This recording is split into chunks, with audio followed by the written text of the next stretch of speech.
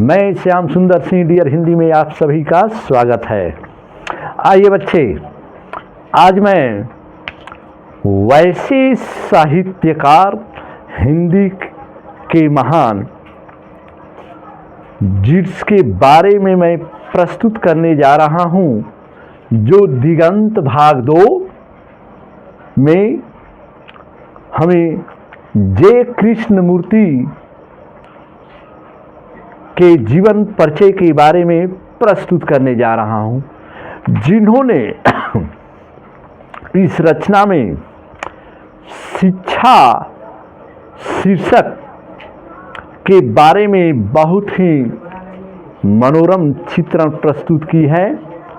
शिक्षा इनका एक चित्रण है। हमारे जे कृष्णमूर्ति तो सचमुच में शिक्षा हमें जगाती है, शोषण से मुक्त कराती है। शिक्षा के बारे में तो कूट कूट करके संपूर्ण जीवन की प्रक्रिया में सहयोग करने वाली शिक्षा है। जिन्होंने शिक्षा की परिभाषा उन्होंने बताया है। अगले वीडियो में मैं बच्चे बताऊंगा हमारे जे कृष्णमूर्ति द्वारा लिखित जो शिक्षा शीर्षक है, पाठ का जो अंतिम 13वां पाठ जो हमारे जे कृष्णमूर्ति द्वारा चित्रण है। तो आज मैं बच्चे इनके जीवन परिचय के बारे में प्रस्तुत करने जा रहा हूं, जो कि जन्म 12 मई 1895 ईस्वी में इनका जन्म हुआ था।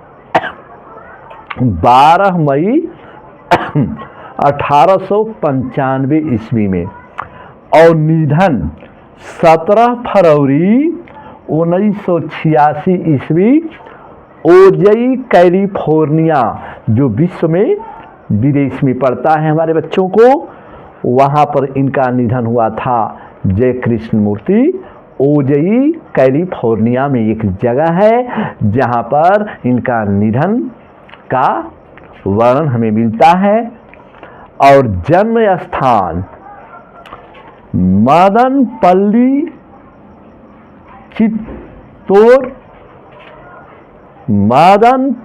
चित्तौड़ आंध्र प्रदेश, जो कि हमारे बच्चे जन्म स्थान के बारे में जानेंगे। हमारे बच्चे तो मदनपल्ली चित्तौड़ आंध्र प्रदेश में पड़ता है, एक जगह है। ये जगह का नाम है मदनपल्ली चित्तौड़ आंध्र प्रदेश।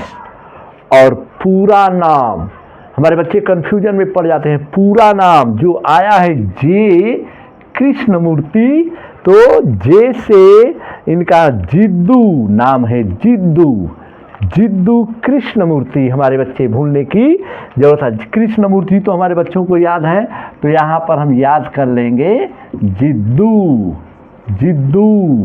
और कृष्णमूर्ति हमारे नाम था। इनका पूरा नाम जे कृष्णमूर्ति का जिद्दू कृष्णमूर्ति।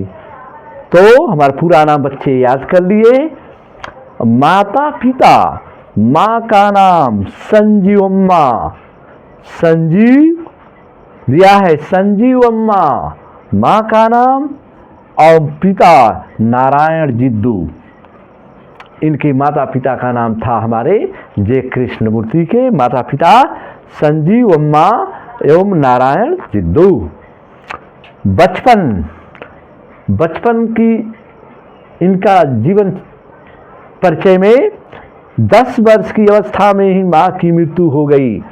स्कूल में शिक्षकों और घर पर पिता के द्वारा पीटे गए। बचपन से ही विलक्षण मानसिक अनुभव में एक अद्भुत प्रतिभा जो है पनप कर आई थी, और विशेष मूलतः वक्ता, आरंभ में कुछ लेखन कार्य, व्याख्यान के विषय, शिक्षा, दर्शन और अध्यात्म में से जुड़े होते थे इनका विशेष। और बच्चे संपर्क किशोरावस्था से ही CW लीडबेटर एवं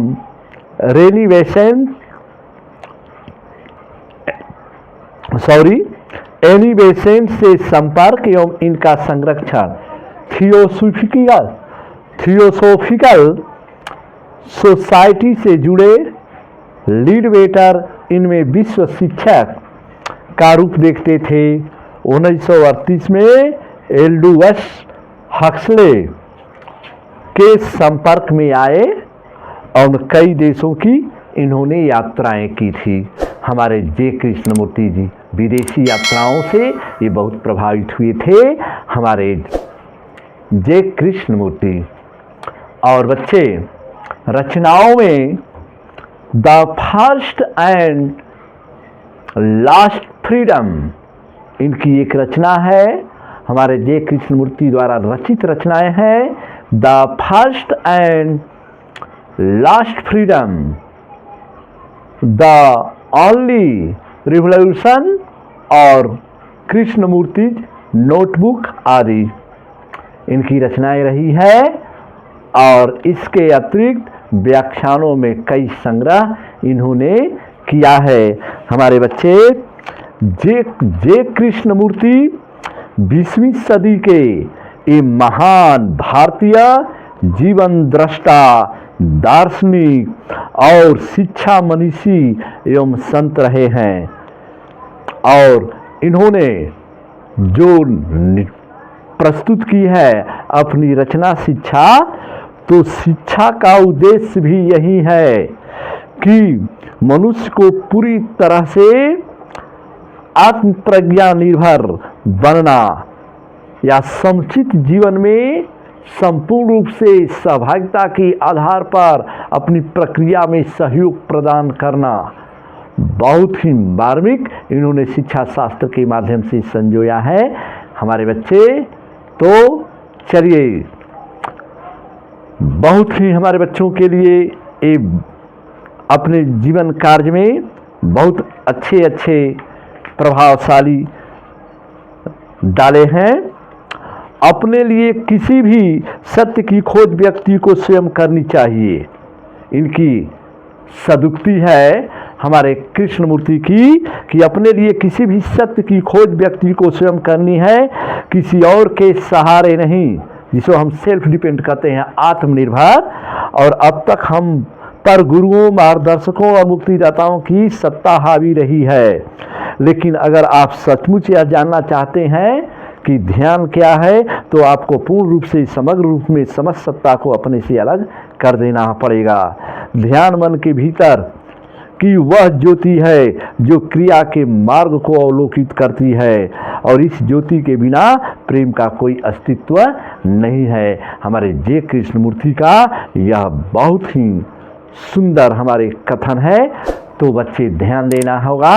आगे हम लोग आज के लिए बस इतना ही। धन्यवाद।